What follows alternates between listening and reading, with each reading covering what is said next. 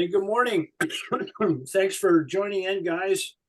As you recall last week, well, actually, I'll advance because we got a review. Remember last week I was in New York and I'm really limited on what I can do. I don't have my same equipment, which I'm hoping to change that here soon. But this is the slide. We only did one slide last week because what I did last week is shared an idea that I've been thinking about. And boy, John White and I had coffee on Monday with Mike Anderson, and he mentioned this, and see, we had a really good discussion out of this idea, because it sounds like many of you are thinking along the same lines, or just attention. I wasn't able to record it because I didn't know how to do it with the equipment I had, so it's lost. We didn't have it, but this is the one slide we looked at. And the tension that I shared last week was this idea, it has to do with where I am in life, is this idea of what I call pedestal belief and participatory belief. And I think the two are necessary. But what I was talking about is how much of my earlier Christian life was dictated by this idea of pedestal belief, and not one over the other, but I think we really need to think about both, or at least I've been. Maybe you guys don't, but I have been. But I shared that last week, and man, we had a lot of good discussion over that last week. So hey, Mike, do you think watching that Jesus Revolution movie, did that impact your attention at all, or? Oh, boy, that's a great question, John. I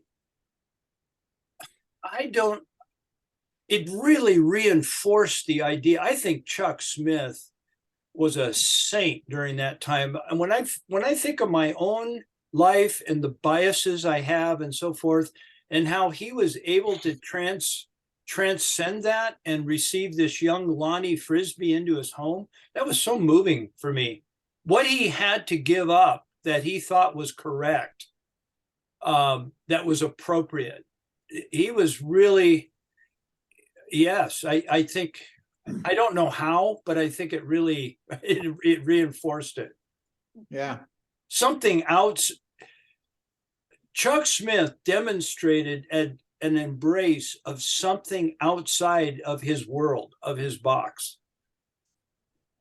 So do you think, I don't know if you can go back a slide, but do you think, Vince was talking about binary.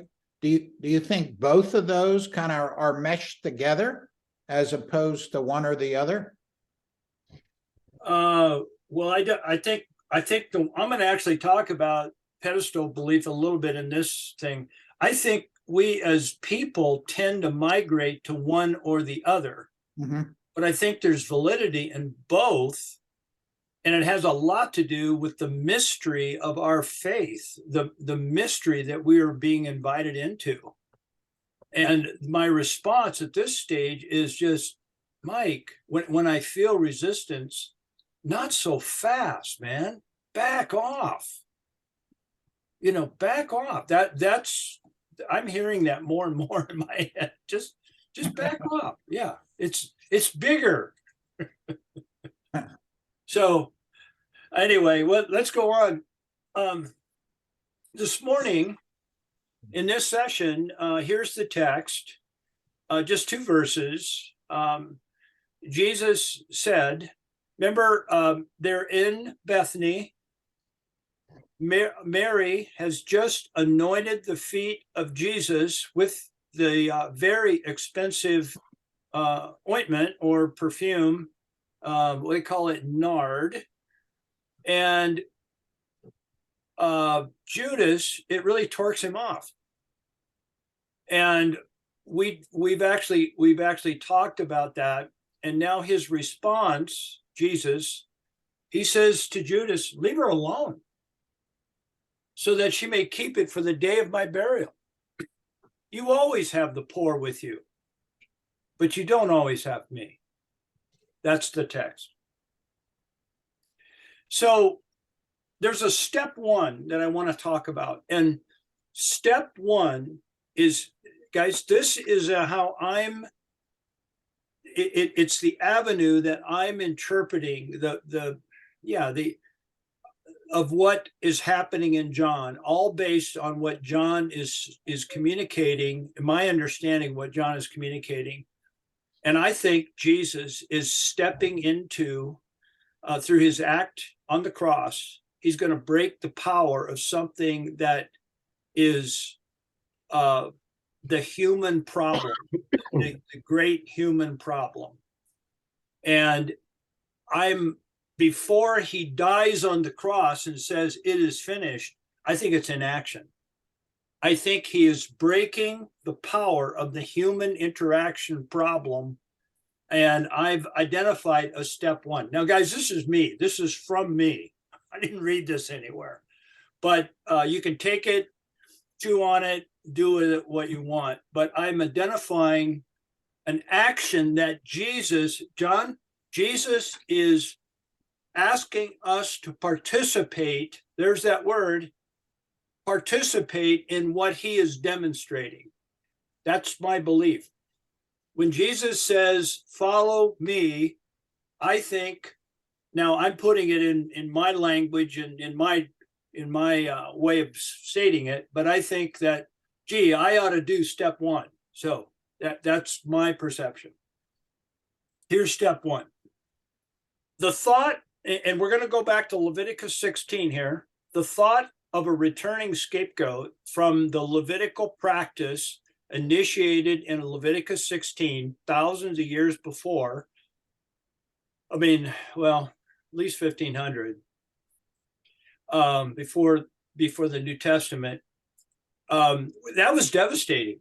That would be absolutely absurd in the minds of a Levitical law practicing person, a Jew, an Old Testament. That would be crazy. You would never have the scapegoat return. And the reason is because the return of the scapegoat would mean their sin was present once again. And thus they would be forced to encounter the dread connected with this notion. That there was actually a person dedicated to the process of leading the scapegoat away from Jerusalem, or the camp in the Old Testament, and make sure that the scapegoat stays out there. And that guy would be in deep doo-doo if he ever that scapegoat ever came back. Because the last thing these people want is the sin to return. Now, it's really interesting, guys, to go back and read Leviticus 16. As we talked a couple of weeks ago, the term atonement that you and I are familiar with, atonement is connected with in the text with the releasing of the scapegoat. At oneness was experienced by the people when the scapegoat was released. And it's right in the text, and it would be really, to think about the ramifications of that is really interesting. Here, Jesus, as scapegoated, now back in our text, by the high priest. And there's the text, chapter 11. And Jesus is choosing, as a scapegoated victim, by the high priest, to return from the wilderness. Ephraim, he's returning. We've looked at that. What his action represents is one of two things. Number one, that his action would mean the return of guilt on all the people, condemnation to the people. That's what a returned scapegoat could mean. Or it could mean something else. And I'm a fan of the something else here. I believe Jesus is what he's going to accomplish on the cross has nothing to do with the returning guilt. In fact, he's releasing people from guilt and into freedom through that act, something else. But we have to ask why. What is it? It is the something else that I think John is most interested in and attempting to communicate through his good news account. Remember, the gospel, guys, is good news. Somehow along the way, many of us have made it the bad news. The Jesus choice to return can be viewed as a step one. The scapegoat chooses to act. And in that, he's breaking the power of the scapegoat mechanism. Now, those are the words of Rene Girard, and I don't need to apologize for him. Rene Girard is explaining something that already existed, and we're using his language. Yeah, Bill. So I guess you're implying that Jesus is going to redefine what a scapegoat is in a way. Yeah, I think that's a good way to look at it. I don't have all of the nuances. I think he's going to break the power of this thing that exists that we have been operating under from the get-go. You know, Well, this is see, how we treat people. Now we're talking a lot about scapegoat, and they understood the idea of the scapegoat, but in a way they didn't understand the idea of the scapegoat. Like Caiaphas wasn't even aware of the scapegoat, and maybe he was. I mean, kind of, what's their self-awareness of this whole idea? Well, Caiaphas, and we have to assume, I don't know. Let's assume this. Caiaphas was aware of the scapegoating process. And Okay. and unique to John cites that, and he says Caiaphas, he quotes Caiaphas as stating, "Don't you guys know that if one person dies, we all go free?" I mean, that's a loose paraphrase. Right. But what he knew is that it worked. Yeah, I mean, he saw Jesus as a threat. I mean, a serious threat. And so I don't know if he's thinking scapegoat or not. He just said, if we get rid of this guy, we'll get Rome off of our backs, at least for a while. Yeah, he is concerned about his job. Yeah, okay. I mean, it's more complex than that. But yeah, there's a lot of things going around here, but I like where you're going. Okay, so what he knew, Bill, I don't know. I don't know. And how Jesus is going to do that, I don't have a pre-digested thing that I'm doing here. I'm discovering, I'm learning, I'm asking, I'm meditating on it. And right or wrong, this is what we're coming up with. Well, if you get an airtight atonement theory, then you got to write a book in a hurry. What's that? If you get an airtight atonement theory, then you got to write a book in a hurry. Yeah, that is a whole nother subject. But yeah.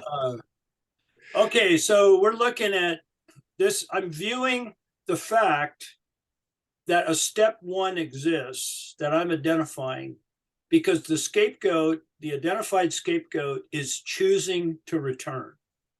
Okay, that's, and then we're going to talk more about that here. You know, I got it continued here. So let's talk about step one. Step one can be viewed like this. We're talking about step one. Scapegoats were, I got R, but I'm bringing it into the now because we have scapegoats all around us. Scapegoats are expected to stay put in the wilderness. Now we're using the biblical imagery. This is the belief shared by all, including the victim.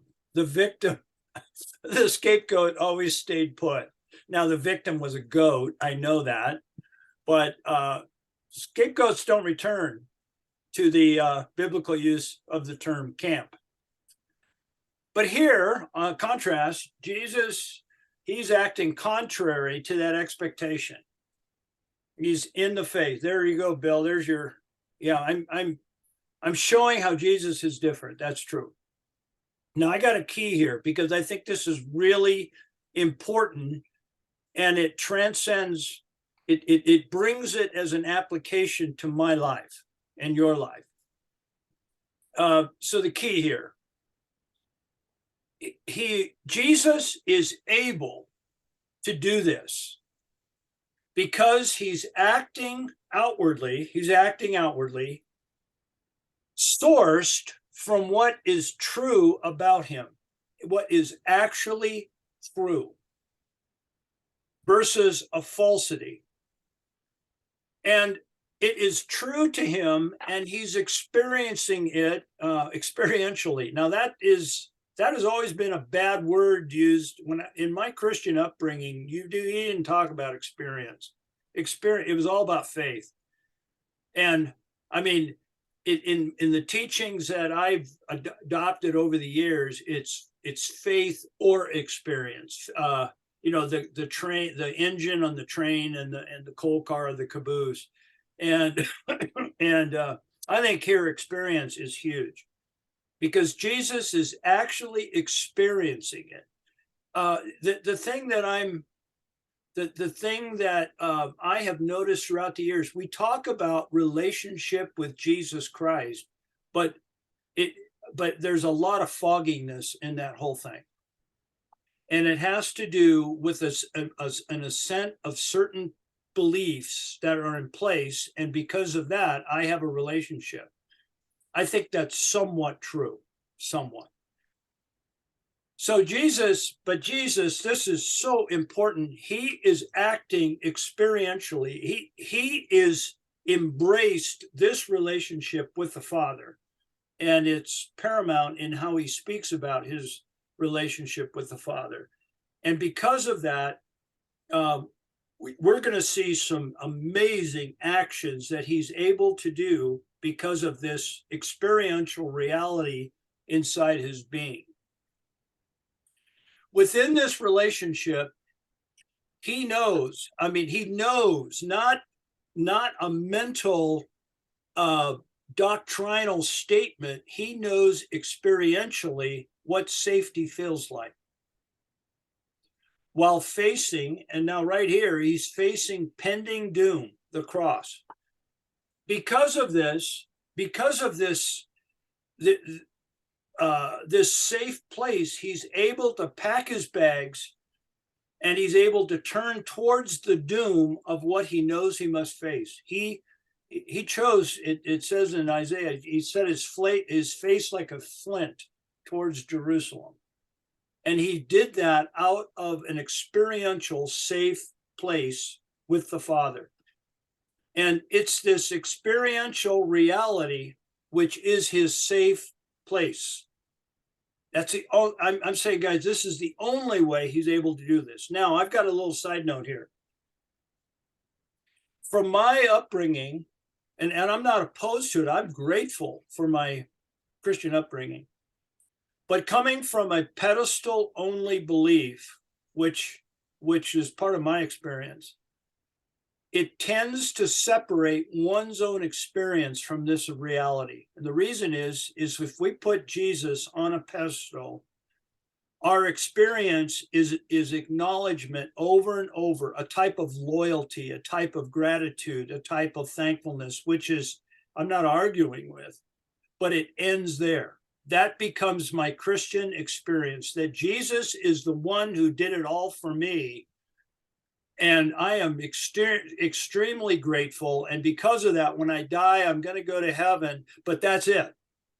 And I think that is where that's where the rub is. It's not about embracing that relationship and bringing it into my life on a moment by moment, day to day basis is what I'm talking about. And I think a pedestal belief alone, it tends to separate me from, it tends to separate the individual from an experiential reality, because it's other, it's separate.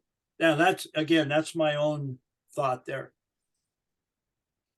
So as we see in the text, we are now into the Passion Week, and all hell is going to break loose here. And Jesus, within that midst, we see him experiencing a calm, and it's because he has an experiential safe place. I can't imagine facing this type of pending doom, and I think he's fully aware of it, without having a solid footing, and that footing is his relationship with the Father. I see that hand. You got to Just to know that calm spot is going to be disrupted briefly in the Garden of Gethsemane. Yeah. Yeah. Oh, he's yes, you're right. He's calm, but he's going to have a crisis here. Because he's human. Yeah. It sure makes me identify with Jesus. Well, especially since he had another plan. Is there any other way, Father? Yeah. Nevertheless, not my will, but thine be done. I mean, that is. Yeah, I always wondered what his will was. That mind-boggling. was interesting, but he laid Yeah. it down. Okay, thank you. I just had to note that it's a smooth road somewhat. As his follower, you and I, thanks, Bill, we're invited into the experiential reality of the same. There's the John, you were asking about participation of the resurrected Jesus pulling the limp wrists of Adam and Eve. I love that image. And I think that we as believers are called into the same type of experiential reality of which we can live out of and live in relation to life right here and right now. So that's step one, the fact that he chose to act. Step two is, there's the same text. At this stage in our story, we see a second step. And in regard to breaking the power of the scapegoat mechanism. And so I review. Step one, the scapegoat is expected to stay put.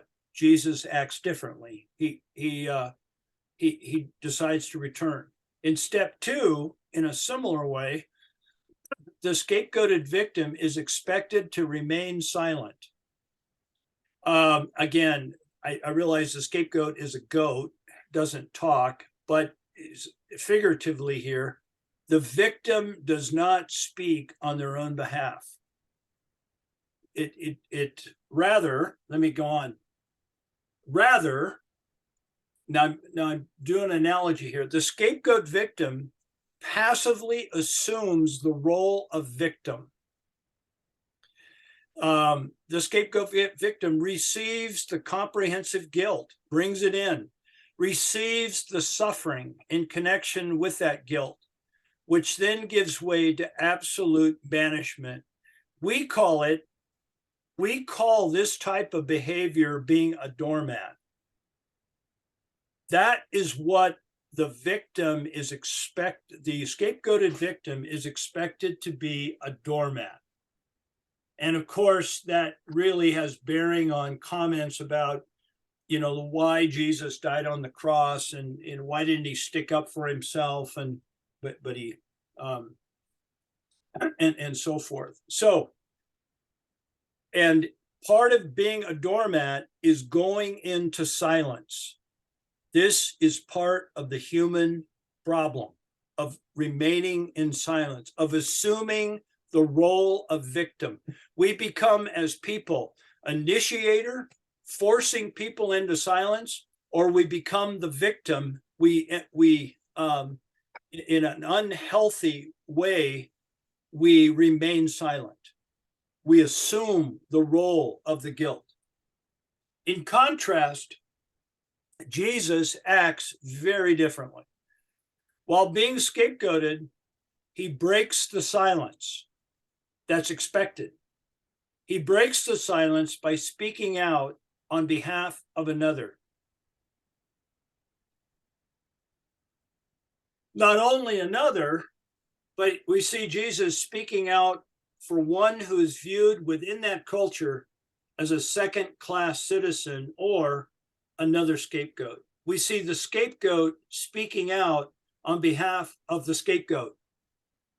The woman is a scapegoat in that culture. And Jesus speaks out for her. Amazing. And we've got the same text.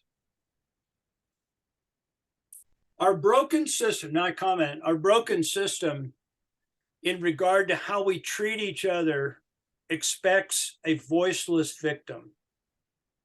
In our mode of practice as humans, the victim is identified and then blamed, and then banished. That is how we treat people, generally speaking. Yep. The problem. In so doing, the initiator can be off the hook. This is the why. The initiator forcing the victim away. And in so doing, the initiator can get off the hook. If the initiator is off the hook, the initiator can feel justified. And the initiator can feel right. And thus, the initiator can feel good about themselves. That is the level of which we humans tend to divert to when there's conflict. A lizard brain mentality of what's really important here is not the other person, it's how I feel about myself. Bill, do I see your lips moving? Okay. Okay. Counter to this universal practice of forcing others into silence, this is step 2. Jesus is speaking out. He's choosing to speak out. And I'm paraphrasing it. He's saying to Judas, stop your abusive actions so the woman can continue. That's a loose paraphrase, but there's some components here I want to talk about. Stop your actions so the woman can continue. His command to stop, he's saying decisively, stop it. But he's using that command entirely different than how the command is generally used. And I'll show that. Within the human broken way of thinking, this is a human broad condition. We as people counter stuff we don't like through blame and with the intention towards banishment. For example, we would say, stop doing this and get out of my sight. That is how we humans operate. Stop it because you're making me feel uncomfortable and get out of my sight. If you stop it, I'll accept you. If you don't stop it, you got to get out of my sight. That is scapegoat thinking. Within our heads, there's no thought of stop what you're doing with the intention towards freedom. We don't think in those terms. We turn it all inward as people. Stop because I'm uncomfortable, not stop towards freedom. Here's an illustration. And we're going to illustrate steps 1 and 2. So we've got a contrast.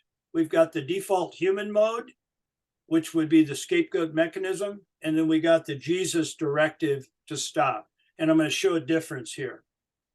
So the same command, stop, with a view towards banishment. Whenever there is conflict in our world, it's either stop what you're doing or get out of my sight. That's how it boils down. And the common, I've got a common denominator there. It's like a, what do you call it? A fraction. Desired intent. Okay, I've got flowing out of that is a desired intent under this scenario is the fact that you are to blame. You're the problem and you need to stop. Because if I can pin it on you, the other person, because the whole importance here as the initiator is I got to feel better about myself. That's where our heads are. So our heads naturally go. Now, the Jesus directive is quite different. He's saying, stop it, leave her alone, stop it. But his motivation is towards freedom. He's saying, leave her alone so she can keep it so she can continue. There's a continuance. You stop hindering her so she can carry out what her intent is. That's way different. and common denominator, desired intent here is very different. It's the desired intent is to identify one's own abusive behavior, the initiator's abusive behavior. This is what we are being called to in a following of Jesus, is rather than pointing it outward, you are to blame. What is my abusive behavior within this context? And the only way possible through that is embracing a safe place. Guys, it would be absolutely crazy for me to, in a moment of conflict, or moment of conflict, it would be absolutely crazy for me to turn it. I don't have the wherewithal to turn it inward. The only place I know to go is outward. Blame the other. And the only way that I can do that, as demonstrated through the person of Jesus of Nazareth, is he's operating 24/7 from his relationship with the Father, which is as his safe place. He has a place of safety, regardless of what is about to happen. Out of that flows the second step.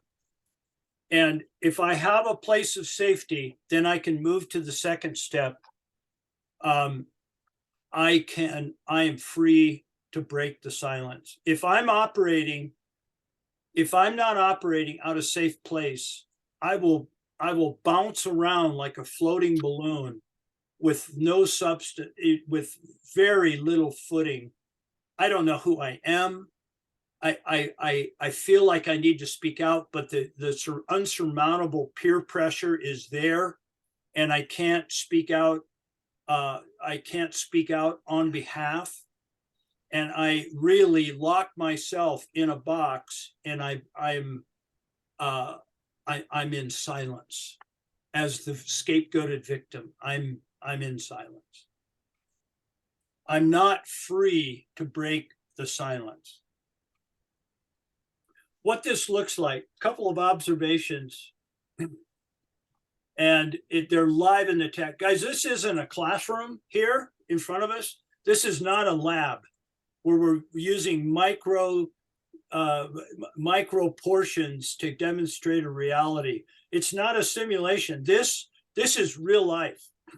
We're seeing a real life scenario. We're being drawn into it right here.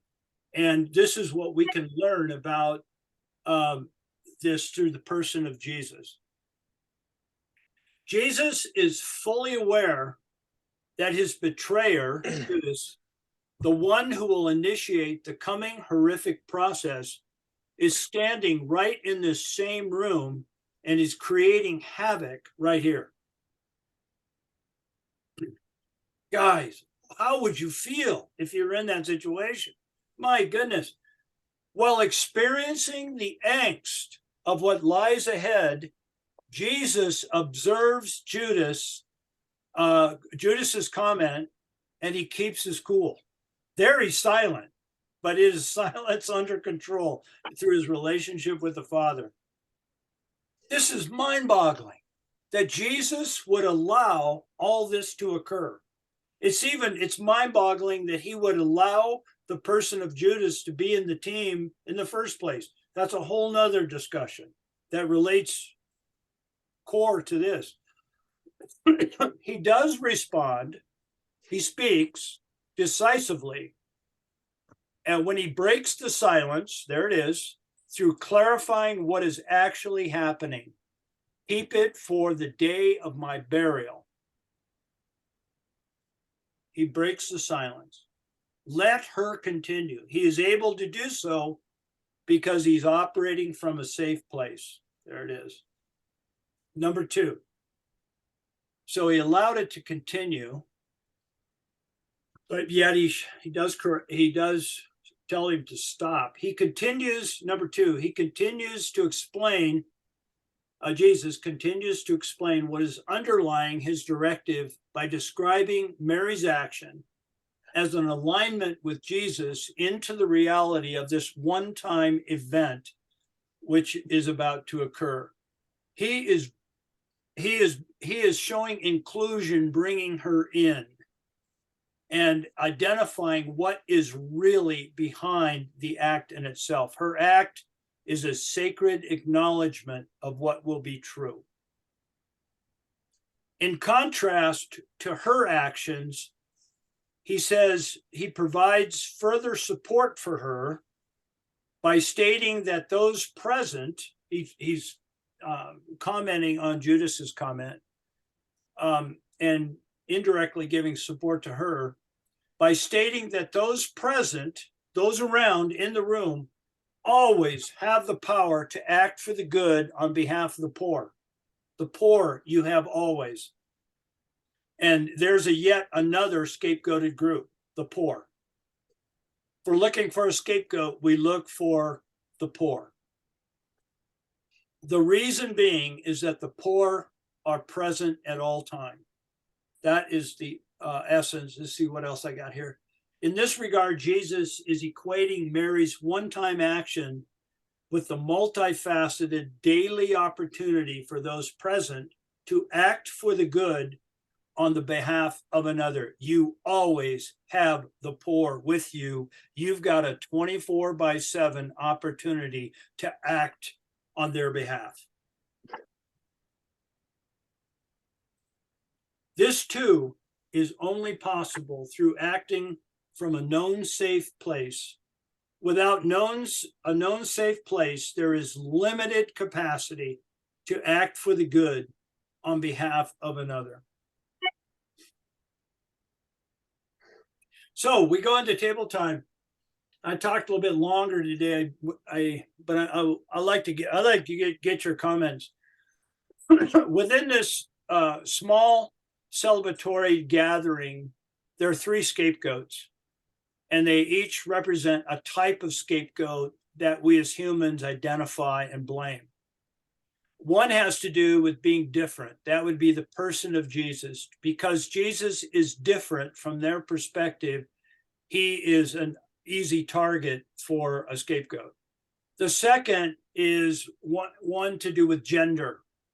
Women, the woman here is targeted because she's a woman. And again, an easy target if we're looking for a scapegoat victim, woman of gender. The last is a classified grouping of people, that's the poor. We, in our human way of thinking, will look for such a class, what we would call a less than, and in order to scapegoat them and blame them for whatever. That's how the human mechanisms work.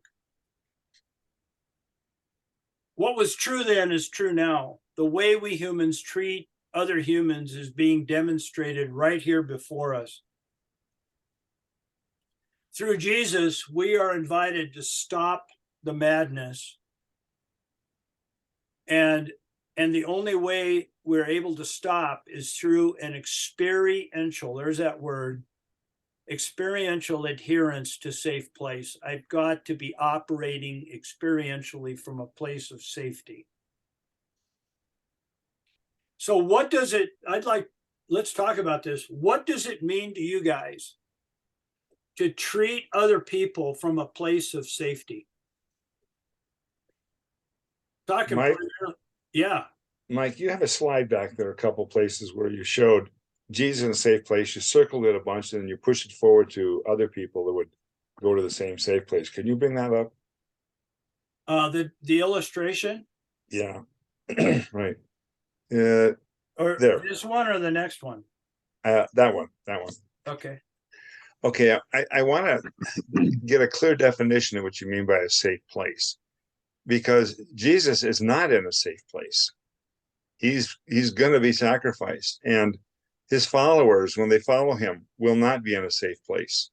And some of us, when we kind of push the boundaries of faith with that's contrary to the establishment, aren't safe. So your idea of a safe place is something internal or at peace with, I'm doing the right thing. And in other words, how can I put it? If you're willing to give up everything, then you're really in a safe place. But safe place is kind of an interesting definition. People can take it all away from you, and you don't. I won't say you don't care, but you're willing to let it go. That's what I'm trying to understand.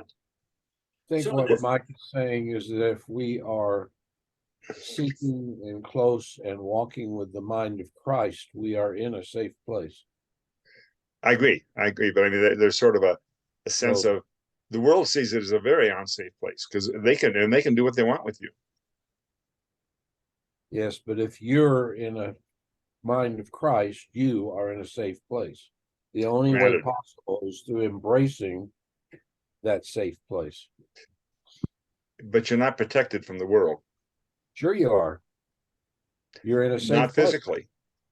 You could be killed, you Physically. could be martyred, you could lose your property. The safe place is with Jesus. I agree, Phys- but you phys- are physically vulnerable. physically has nothing to do with it ultimately. Well, that's right. But that's what I'm saying. If you look at this, That's right.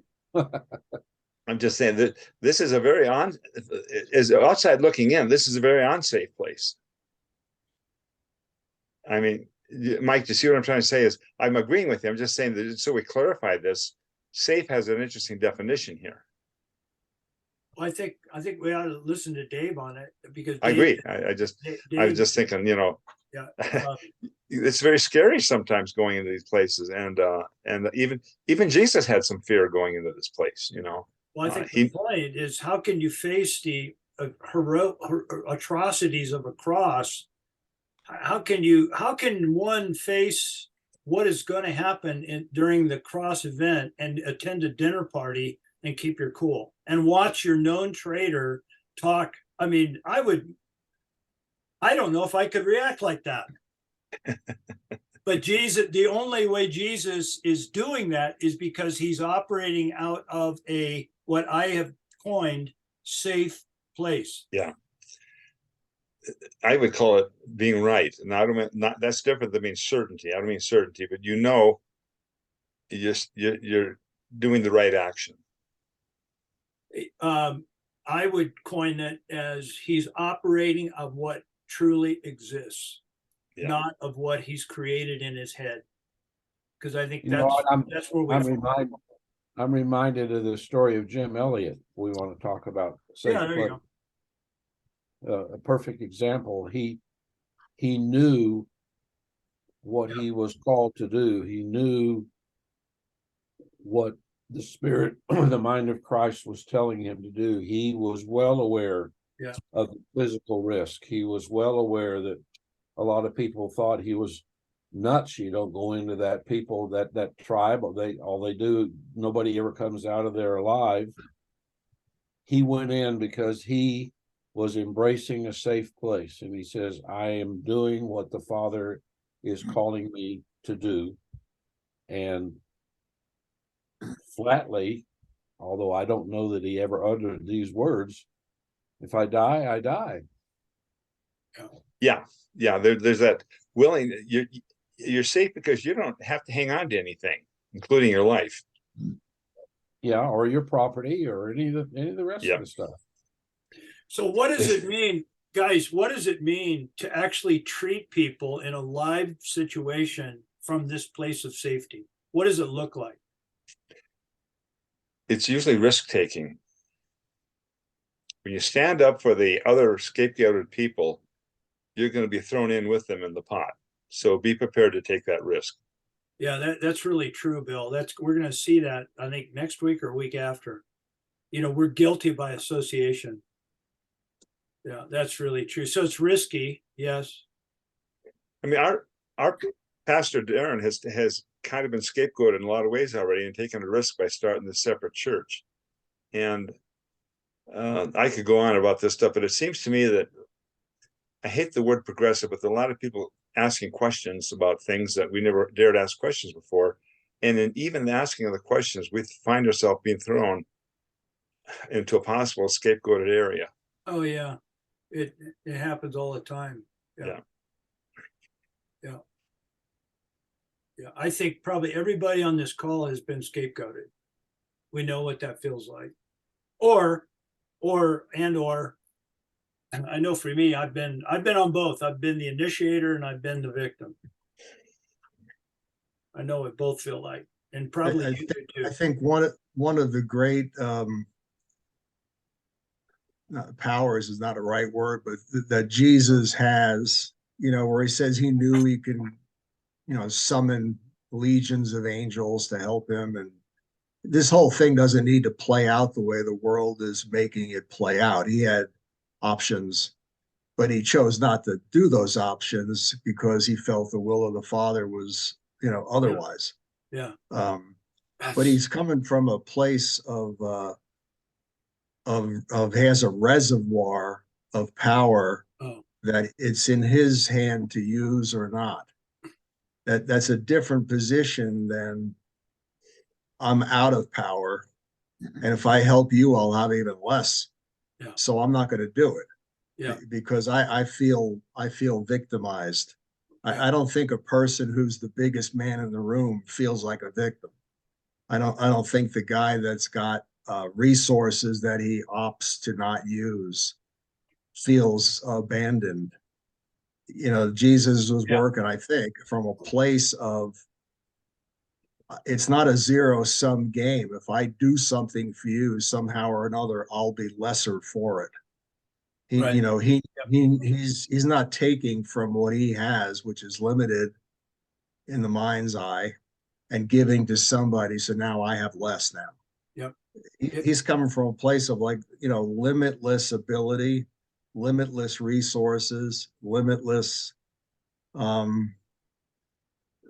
knowledge of what God will do for him. And I think, as I don't want to speak for Dave, but I think the mindset that Dave is alluding to is when we have that same perspective of ourselves, that we are just as abundant in God's eye as Jesus was, then we'll be limitless too in our actions.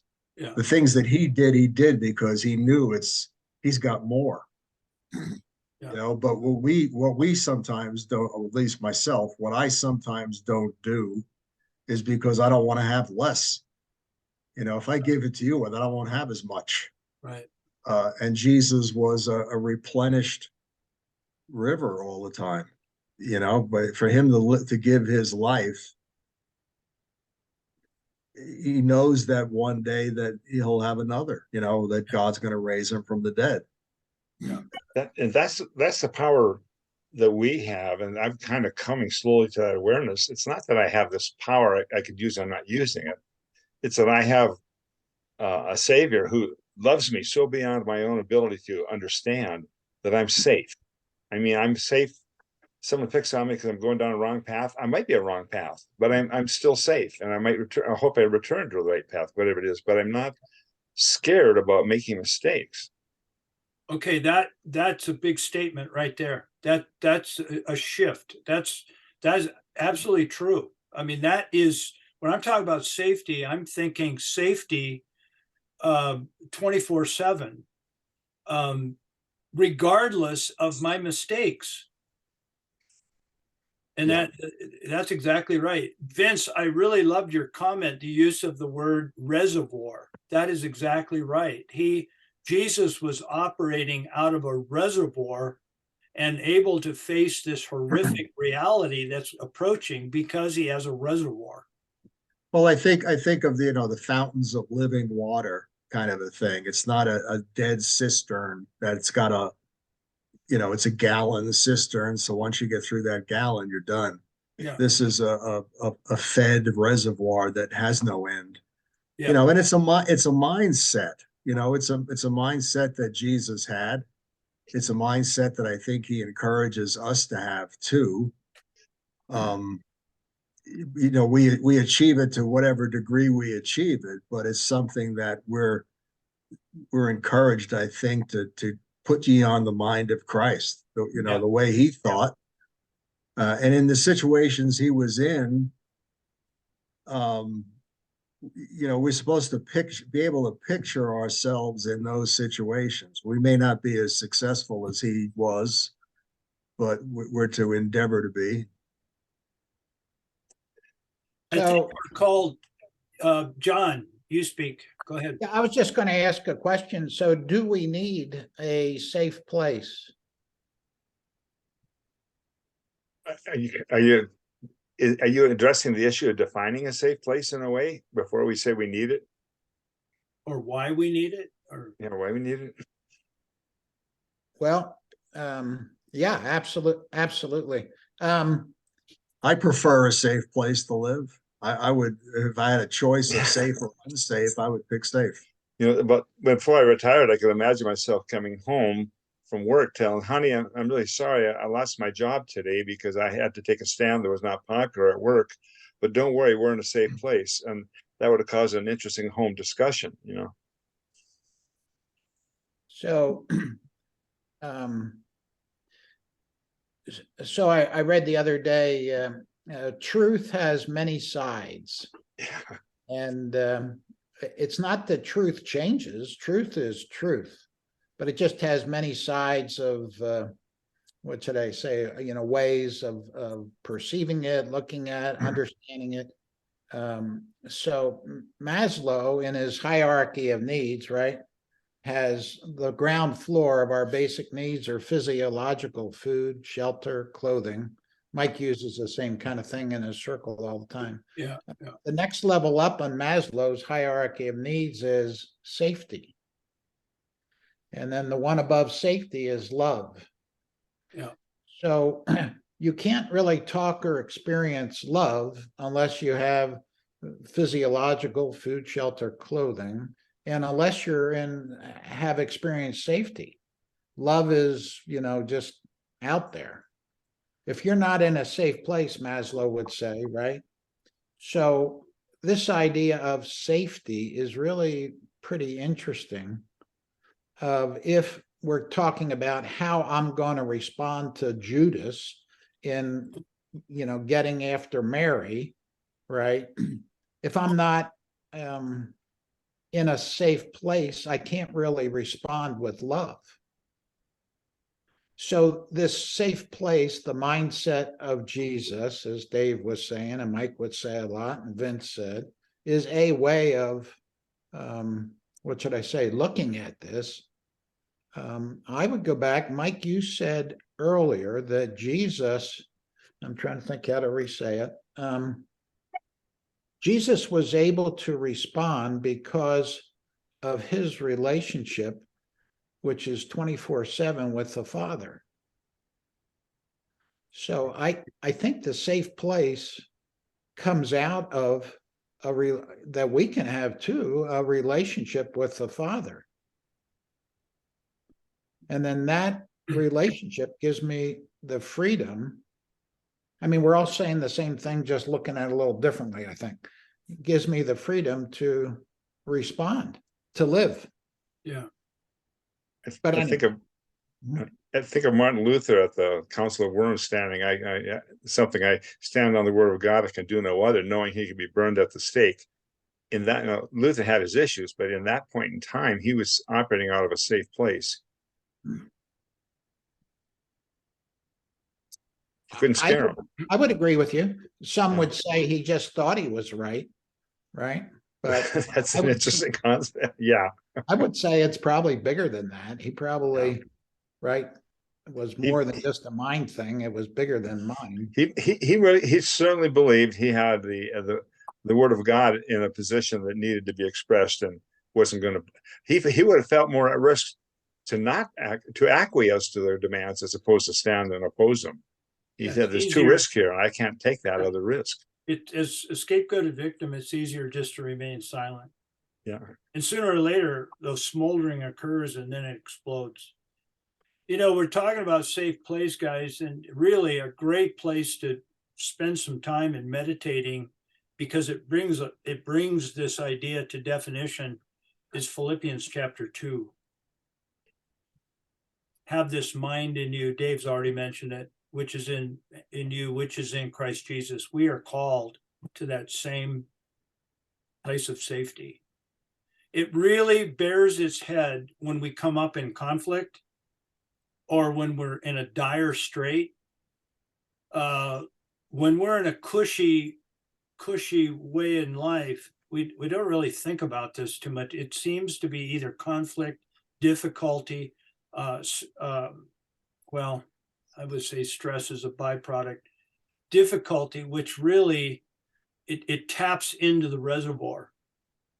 I would think everybody here knows what I'm talking about, is that when you're in a dire strait, that when it looks extremely bleak, whatever your circumstance, there is a reality that exists within our being, and it's what Vince calls the reservoir.